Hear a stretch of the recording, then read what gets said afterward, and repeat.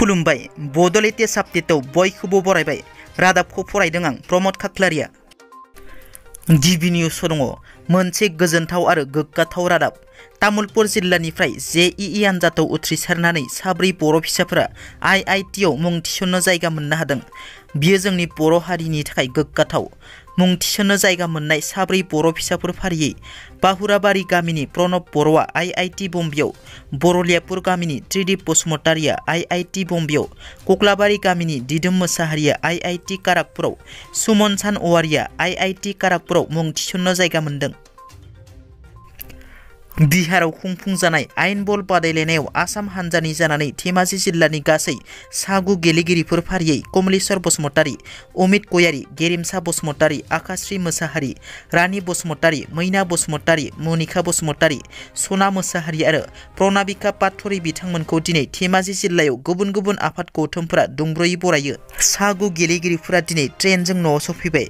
आसाम हानजानि जाना गेलेहैनानै देरहासार जाबोनायाव हादरसा जिल्लाजों लोगोसे हारिनि मुंखौ सनानि हांखोजों लिरनानै गोग्गानाय लाबोनो हानाय गेलेगिरिफोरखौ धेमाजि जिल्ला एबसु, सिमेन्ट दखरा एबसु, आबुब, सानजा सानजारि नोगोर दखरा एबसु आरो बारग' एनडिपिनि दैदेनगिरिफोरा धेमाजि जिल्ला एबसुनि मावखुलियाव दुंब्रुयै बरायो।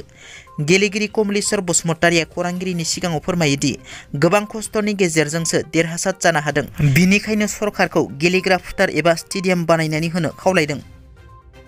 BPF दोलोआ हारसिंनो बिसायख'थि गेलेगोन। फैगौ लकसभा बिसायख'थियाव BPF दोलोआ क'क्राझार आरो मंगलदै लकसभा बियाबाव हारसिंनो बिजाथि फसंनो हागौ।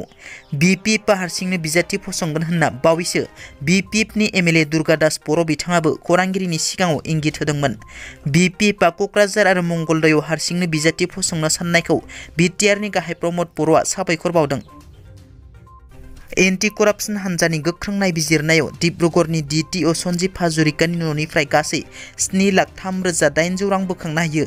लोगोसे दोनखोमानाय 78,000 सिगांनि एबा गोजाम रांनि बिलाइबो बोखांनो हायो। DTO सन्जीब हाजरिकानि न'निफ्राय मख'नो गोनांदि रां घुस लानानै हमजानाय आरो न'निफ्राय 9 लाख रां बोखांनो हानाय डिब्रुगड़ DTO अफिसनि जुनियर एसिस्टेन्ट दितिमनि सयकियानि सिमान लानायाव एबा मुं लानायाव दिनै सन्जीब हाजरिकानि न'आव एन्टि करापसन हानजाया नायबिजिरनानै 2 लाख रांखौ बोखांनो हायो।